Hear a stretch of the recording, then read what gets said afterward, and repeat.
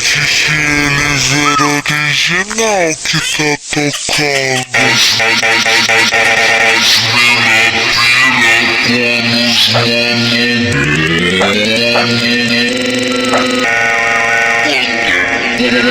mano.